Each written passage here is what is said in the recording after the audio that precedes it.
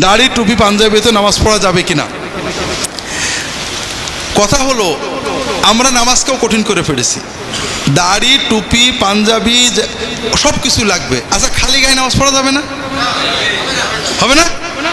না, খালি গায়ে নামাজ পড়া হবে না। নামাজটা শেখেন আগে। নামাজ হলো আল্লাহর সাথে মূল সম্পর্ক। কাপড় থাকলে কাপড় গায়ে, নইলে খালি গায়ে।